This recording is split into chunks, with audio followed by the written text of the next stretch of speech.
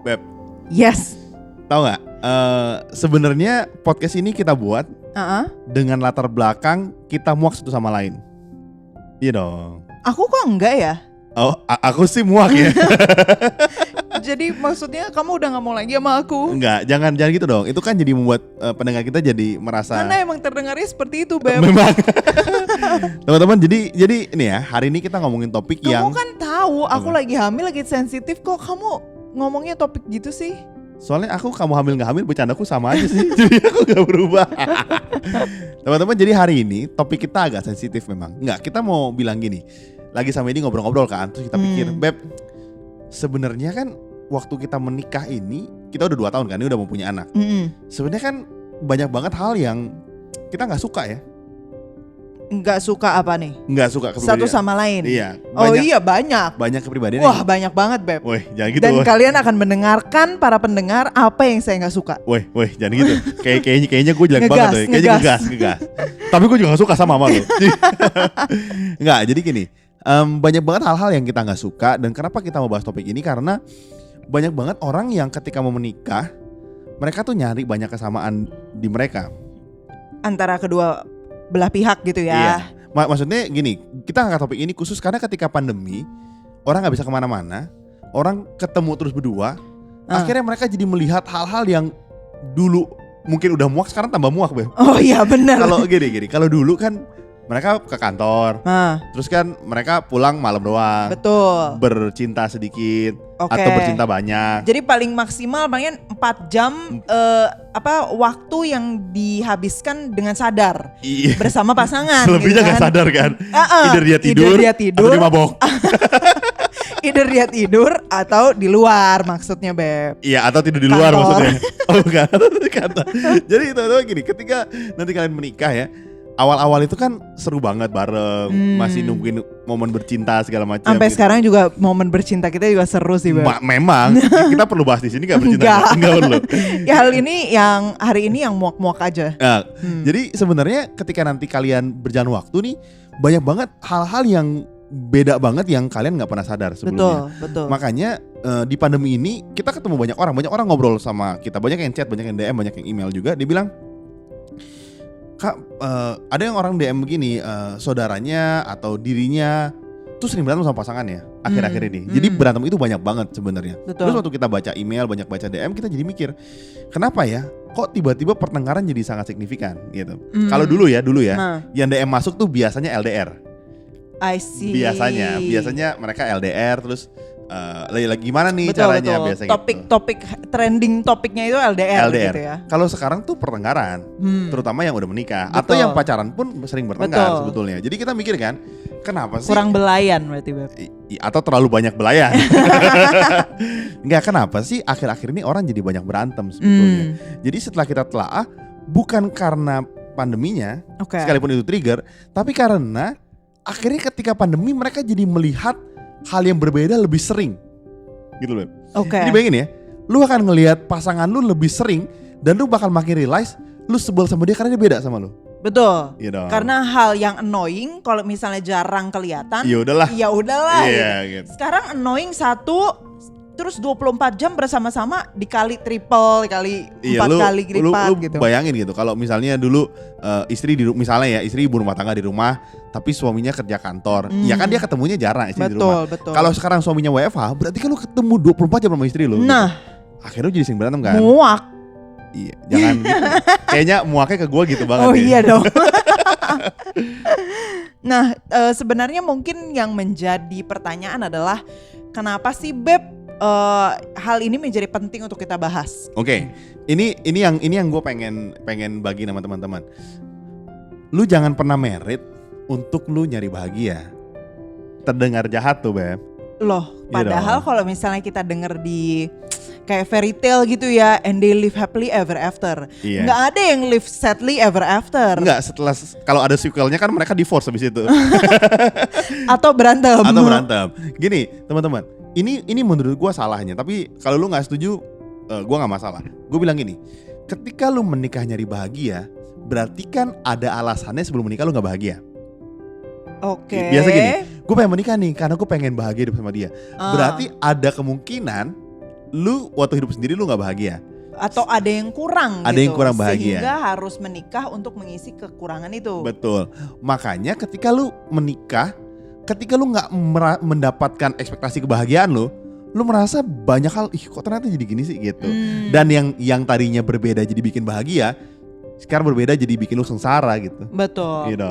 Makanya sering banget gitu ya pas kita bina pranikah, kemudian pendeta kita nanya, kalian itu nikah buat apa sih gitu. Dan dia mengakui bahwa kebanyakan orang menjawabnya untuk bahagia, ya. gitu. Padahal sebenarnya setelah lu jalanin gitu ya 2,5 tahun. Menikah nggak bahagia-bahagia aman. Nggak berubah banyak. Parah. Nggak berubah banyak lah. Maksud lu apa ngomongnya kok gitu banget kayaknya.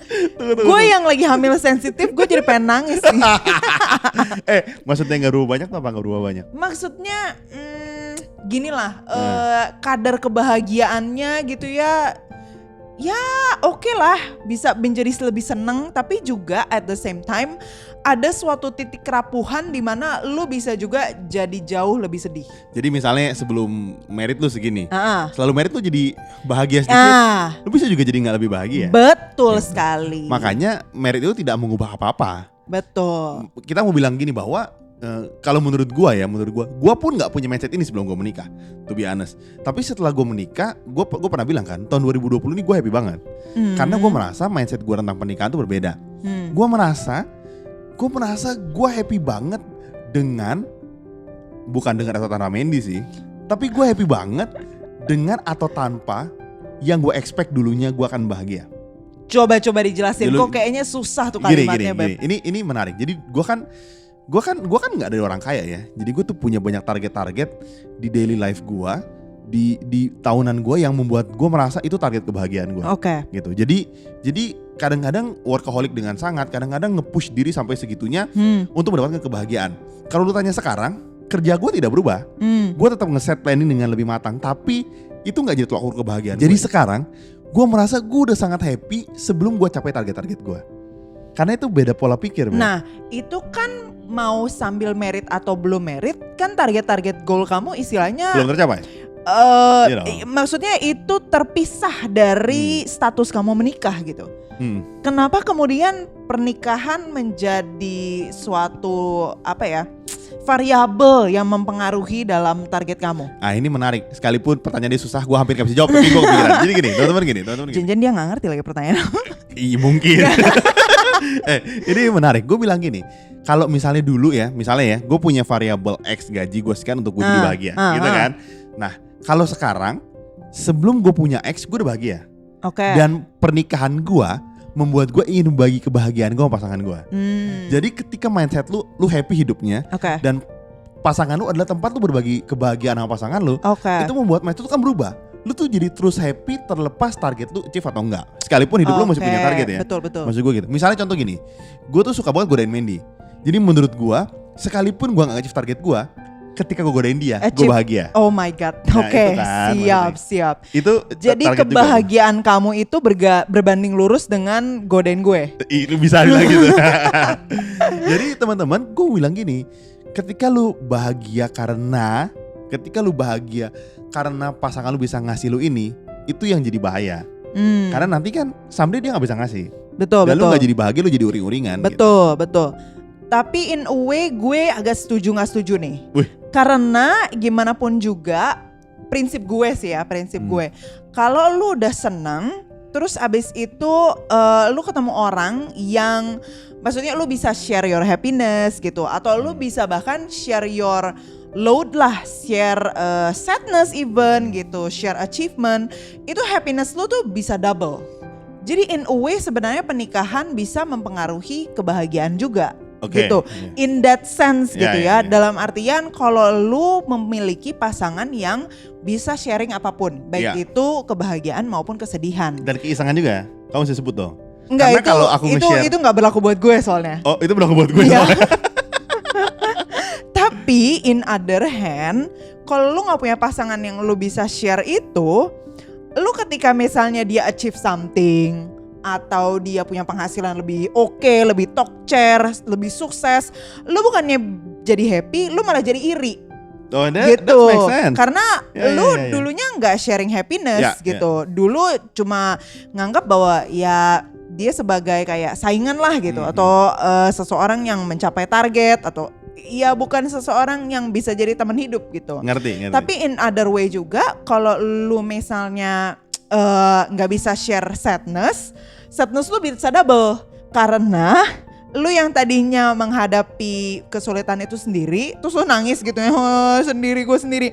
Nah sekarang lu udah hidup berdua, terus tetap sedih sendiri gitu. Oh iya itu. Jadi double.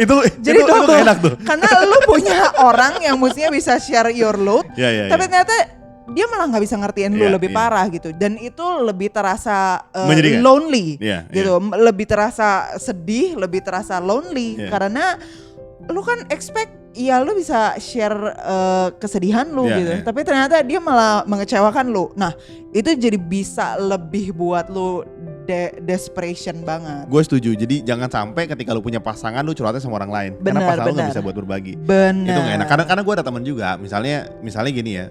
Gue punya teman, dia tuh suka ngobrol deep lah sama gue, sama pasangannya, sama orang lain. Tapi dia gak bisa ngobrol deep sama pasangannya. Karena pasangannya tipikalnya bukan begitu. Betul. Itu kan lumayan sedih ya. Maksudnya jadi kalau ngomong, usah ngomong kayak bawaannya gak mau gitu. Maunya ngomong yang happy-happy. Dia gak mau ngomong yang serius-serius gitu. Dia gak mau ngomong. Jadi menurut gue, bener yang Mini bilang, ketika pernikahan itu bisa jadi faktor juga bikin lu bahagia. Terutama ketika lu bisa sharing sama dia untuk banyak hal. Tapi kalau yang dari gue, ketika lu menikah nyari happy, hati-hati tuh. Karena pernikahan gak sesuai sama ekspektasi lu. Exactly. Yang kita mau bilang yang kedua juga, lu mesti siapin mental sama iman lu. Karena pasangan lu beda banget. Betul sekali. Iya, ceritain. Atau bahkan pasangan lu banyak hal yang pasti ya, bukan mungkin lagi, tapi pasti gak sesuai sama ekspektasi. Dan itu bisa jadi lebih baik atau lebih buruk. Oh, gitu. yang lebih buruk. Nah, gue bisa share hal-hal yang lebih baik gitu. Karena ada juga hal-hal yang gak sesuai ekspektasi. Maksudnya pas pacaran tuh gak kelihatan sama Budi, tapi pas menikah baru kelihatan. Tapi in a way gue seneng juga gitu. Misalnya nih ya, gue buka rahasia nih Bel. Misalnya Budi itu bukan Budi deh, dimulai dari gue deh ya. Gue itu tipe yang keibuan. Jadi maksudnya dari pas SMA, nggak ada SMA. SMP pun banyak teman-teman deket gue yang sering manggil gue mami. Tua dia. Iya kan? Enggak juga, keibuan belum tentu tua Beb. Lo menghina semua ibu-ibu dunia Beb. Gak bisa. Ini kita bikin gerakan woman ini. Woman menolak tua. Woman menolak tua. Hashtag. Tapi maksud gue adalah ya gue keibuan. Udah ya pokoknya suka empok, suka mengayomi, nasihatin orang, suka gitu deh, nggak usah dipaksain, gue suka. Nah terus setelah menikah sama Budi, in a way gitu ya, gue nggak tahu apakah semenjak kecil dia kayak gini atau baru menikah, dia tuh kadang-kadang suka manja-manja gitu. Jadi dia kayak kalau misalnya tidur ya, Beb minta dilus-elus gitu, atau Beb minta disentuh-sentuh misalnya gitu ya. Tapi not in a sexual way ya. Tapi maksudnya cuma kayak diempok-empok gitu. Oh sayang, iya, gitu. biar tenang gitu kan. Sukalah rada bau tangan juga nih anak kayaknya. Tapi ya in a way gue gak merasa itu sebagai sesuatu yang berat ataupun beban. Tapi gue seneng gitu karena gue juga tipe orang yang suka empok-empokin gitu. Nah itu yang tidak sesuai ekspektasi tapi in a good way. Gitu. Nah in a bad way-nya banyak. Tapi kan karena kita gue istri yang sangat baik, gue gak mau buka di sini. Gak apa, buka aja Beb. Gak usah.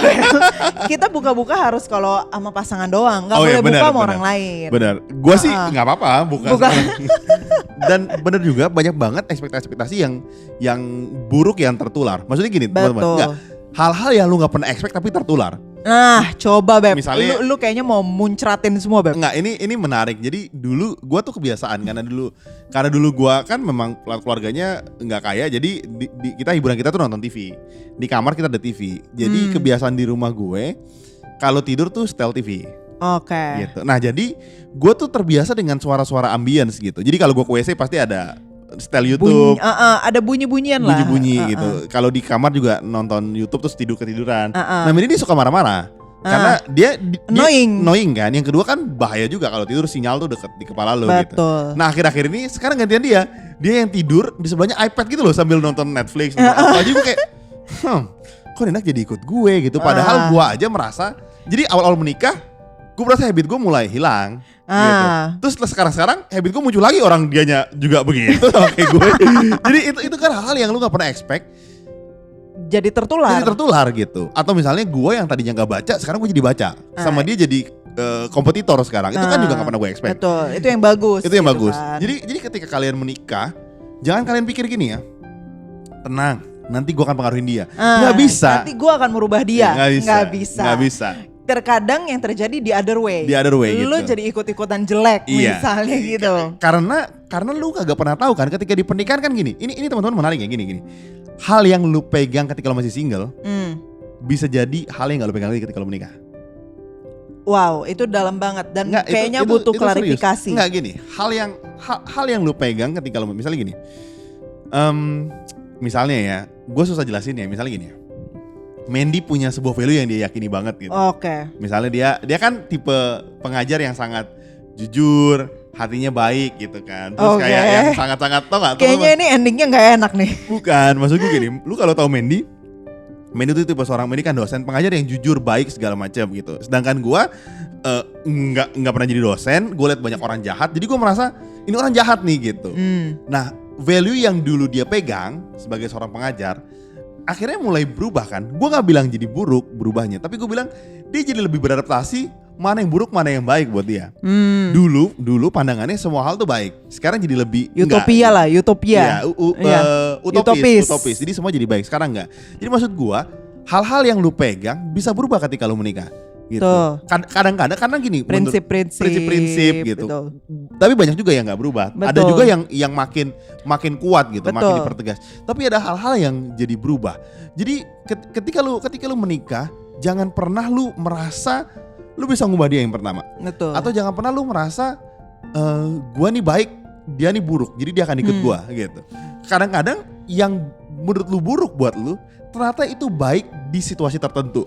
Betul. Gitu kan? Betul. Lu bilang ini orang kok jahat banget sih. Mandy suka bilang sebelum gue married, ini orang jahat banget nih gitu.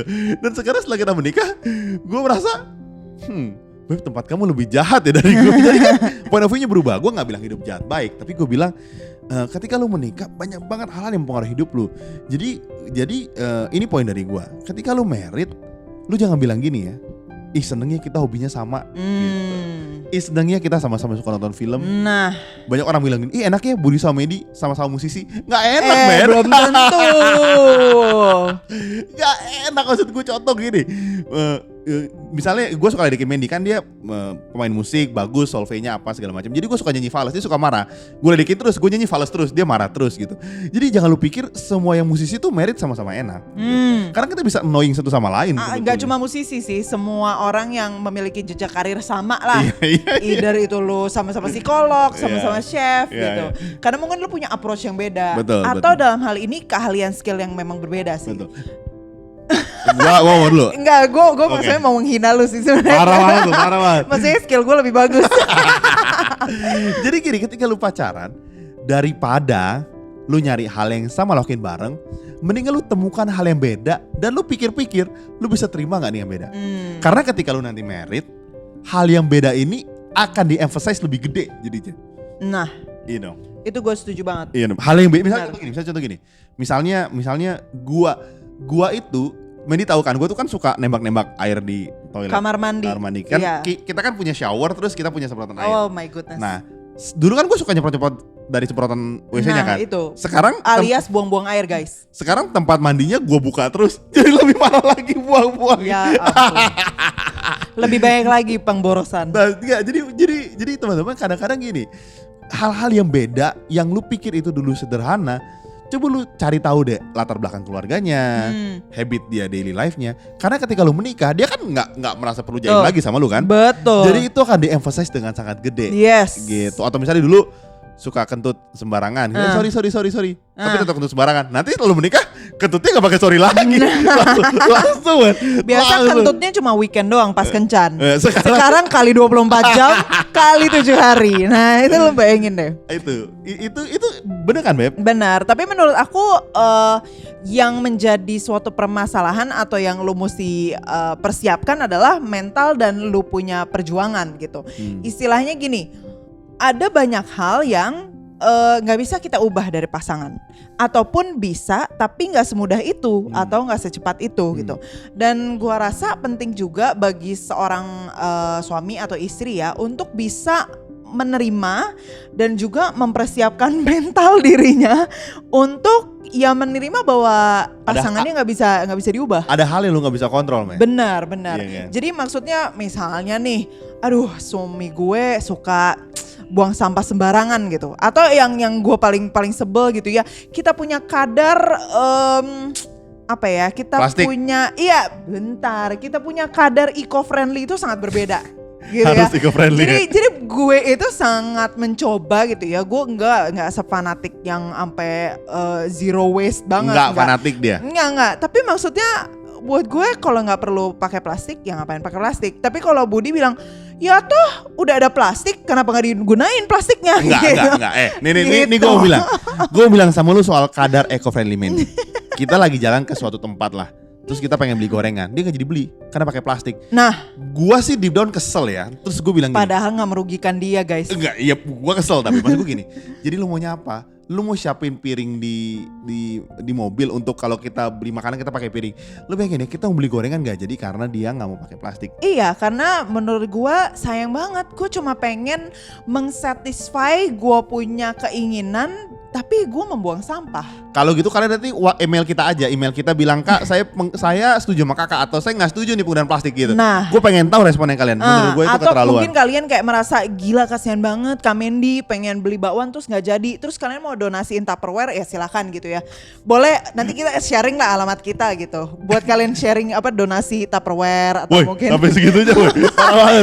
Tapi maksudnya itu sesuatu yang sering kali kita berbeda. Berantem. Gitu. Iya. Dan to be honest setelah 2,5 tahun pernikahan ya gue gak bisa ngubah Budi gitu. Dan in other hand juga Budi gak bisa ngubah gue. Jadi kadang-kala ketika gue melihat plastik yang hanya digunakan sekali, mending sekali gitu ya, sekali dan hanya dalam jangka waktu 5 menit gitu loh, maksudnya yaitu dalam jarak 500 meter dari tukang gorengan ke rumah kita. Jadi gue sedih banget kayak ya ampun ini kasihan banget, plastiknya akan membunuh kura-kura gitu. Nah kan. itu yang gue nggak bisa terima sebenarnya. Dan itu maksudnya membuat gue kayak ya udahlah emang dia kayak gitu loh. Jadi kalau misalnya emang udah terjadi kejadian dan kura-kura sudah terbunuh oleh plastik itu, ya gue nggak bisa ngubah dong. Masa abis itu bentar stop. Masa abis itu gue jadi sebel. Terus masa abis itu kita jadi berantem kan? Ya udahlah gitu kan. Jadi harga yang harus dibayar supaya kita nggak berantem adalah kura-kura meninggal, Beb. Enggak. Itu kamu berlebihan namanya. Kamu mengemphasize plastik secara berlebihan. Enggak, dia berlebihan. Enggak, bercanda. Enggak, dia berlebihan. Maksudnya adalah kadang-kadang lu gak bisa ngubah pasangan lu dan lu harus menerima aja gitu. Jadi ketika dia buat lu kesel oleh kebiasaan dia, ya udah gitu. Terus ya you move on lah gitu. Enggak jangan membunuh sesuatu yang berharga oleh karena pertengkaran kecil. Gitu loh. Jadi jangan sampai membunuh fondasi ataupun pernikahan kalian yang bahagia gitu. Kemudian dihancurkan oleh satu pertengkaran yang sangat kecil gitu. Jadi ya kalau kecil-kecil gitu ya udahlah gitu. Satu kura-kura, 2 kura-kura ya udahlah gitu. Iya benar kata Mendy. Maksud gue gini, banyak banget hal-hal nggak penting dalam pernikahan lu yang akhirnya bikin lu jadi kehilangan kasih lu yang semula yang awal-awal. Kan banyak banget hal-hal yang gak penting dalam pernikahan tuh kan kadang-kadang ya banyak hal-hal yang gak penting sebetulnya diberantemin gitu. Betul. Banyak banget. Jadi ketika lu nanti nih ya ketika lu pacaran, lu ketika lu lagi beda gitu ya. Lu lihat deh maksud gue gitu. Lu jangan lihat sayang sama dia enggak. Nanti ketika lu menikah tuh kan tambah gede. Nah lu bisa deal sama itu nggak? Iya, Gitu. Jadi betul. lu biasain jangan pernah nyari pacaran tuh nyari samanya. Betul. Gitu. Karena pasti beda dan yang beda tuh di-emphasize gede banget. Yes, gitu. justru lihat bedanya dulu. Lihat bedanya gitu. Jadi buat teman-teman yang lagi nyiapin pernikahan, lagi pacaran lah, kita ngomong lagi pacaran. Please pastikan pasangan kalian suka apa nggak sama plastik. Atau kalian suka apa nggak sama kura-kura. Karena kita bisa berantem banyak sebenarnya. Kesimpulan gue sih itu sebenarnya. Iya, Karena itu pertengkaran penting gue sama Mandy. jadi lu harus lihat lu tuh pro turtles atau kontra turtles gitu Iya. kan. Bukan pro life atau pro choice. Nah. Enggak. Itu enggak zaman. Pro Turtle. turtle atau hate turtles. Ini kayaknya ending paling gak bermutu yang kita buat. Enggak mutu banget. Loh teman-teman, gue mau bilang bahwa ingat ya, 2 orang hidup bersama tuh susah. Susahnya bukan karena finansial seringkali. Betul. Itu faktor. Susahnya Betul. bukan karena orang mertua atau orang tua lu. Yes. Tapi susahnya karena lu tuh tidak menyadari betapa bedanya kalian berdua. Yes. Gitu. Lu tidak pernah melihat yang beda dulu dan yang sekarang itu lu jarang lihat di awal-awal. Betul sekali. Jadi gue make sure bahwa lihat itu perbedaannya, dinikmati, dan ketika lu menikah, lu akan menikmati banyak perbedaan itu dengan banyak komprominya. Betul. Yeah. Terus gue inget akan satu postingan lah di Facebook yang pernah gue lihat. Jadi dia bilang bahwa lu hidup single atau lu hidup berdua, misalnya menikah gitu ya, sama-sama susah gitu. Lu hidup single mungkin susah karena ditanyain kapan menikah, atau kapan punya pacar. Tapi menikah juga in a way susah. Karena lu harus dealing with spouse yang different gitu. Sebenarnya bukan ada yang gampang tapi susah. It's just choosing your heart. Ya. Gitu loh. Jadi sebenarnya tinggal lu pilih aja lu mau yang sulit yang mana. Mau sulit hidup sendiri ya nggak apa-apa juga gitu kan. It's your choice. Setelah mendengar Pilotalk gue kayaknya lebih prefer single. Udah. Nggak apa-apa juga misalnya. Tapi in a way kalau misalnya lu choose untuk married ya lu harus tahu bahwa siapin banyak hal dan it will be hard juga. Yeah. It will be a bumpy ride gitu. Yeah. Apa tuh artinya? Bumpy ride maksudnya genjel-genjel gitu loh. Kalau naik mobil tuh gudug gitu. Tapi semua hal ada enaknya, ada Oh ujungnya. ada gitu. dong Beb, enaknya Misalnya, mah enak banget. Kita ngomongin konteks apa nih? Ya udah teman-teman, buat kalian yang masih mau tanya, kalian bisa email kita ke pilotalkpodcast.id@gmail.com. Dan juga kita nih sekarang punya IG dan punya TikTok. Account-nya sama yaitu @pilotalk.podcast. Yes, jangan lupa di follow and subscribe. Jadi sampai situ aja, sampai jumpa di episode kita minggu depan. See ya. Kalian tahu nggak sih rahasia bagaimana kita berdua bisa bikin konten setiap minggunya secara rutin? Ternyata rahasianya ada di nasi padang. Jadi gengs, tiap kali si Budi itu makan Nasi padang. dia punya kemampuan berpikir dan kreatif itu semakin meningkat. Jadi kalau kalian mau beliin kita, Nasi padang. boleh ke karyakarsa.com/pilotalk.id. Tenang aja, aku kalau nasi padang tuh murah kok. Nasi, sayur sama kuah, paling 10.000. Iya, karena kemampuan perut Budi akan bertambah dengan cepat kalau dia makan karbohidrat aja. Jadi jangan lupa ke karyakarsa.com/pilotalk.id untuk support kita ya.